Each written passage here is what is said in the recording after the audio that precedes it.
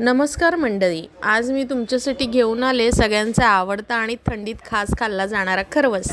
चिकापासून हा खरवस कसा बनवायचा चला बघूया। यासाठी मी अर्धा लिटर गाईचा किंवा म्हशीचा चीक घेतला आहे। त्यात मी मिक्स करणार आहे 1 कप म्हशीचं दूध आणि 1 कप साखर। मी इथे साखर वापरली आहे, तुम्हाला गूळ वापरायचं असेल तर गूळही वापरू शकता। साखर पूर्णपणे विरघळून घ्यायची आहे। मग हे एका भांड्यात बारीक गाळणीने गाळून घ्यायचे मिश्रण।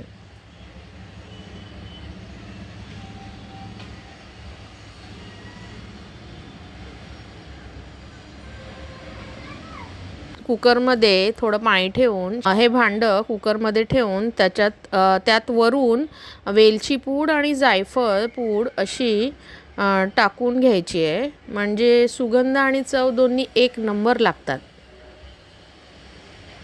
कुकरमध्ये थोडं पाणी ठेवायचं आहे खाली आणि मग शिट्टी काढून 15 ते 20 मिनटं मंद आचेवर स्टीम करून घ्यायचं आहे। जास्त वेळ ठेवू नका बरं का, नाहीतर तुमचा खरवस एकदम कडक होईल। स्टीम झाल्यानंतर बाहेर काढून चाकू घालून चेक करायचं आहे। जर तुमचं चाकू स्वच्छ बाहेर आला म्हणजे आपला खरवस रेडी आहे। रूम टेम्परेचरला आल्यावर हा डब्बा फ्रीजमध्ये ठेवा। थोडा तासभर थंड झाला की वड्या पाडा। खरवस कसं जरा थंड करूनच खायला बरं वाटतं, चांगला लागतो।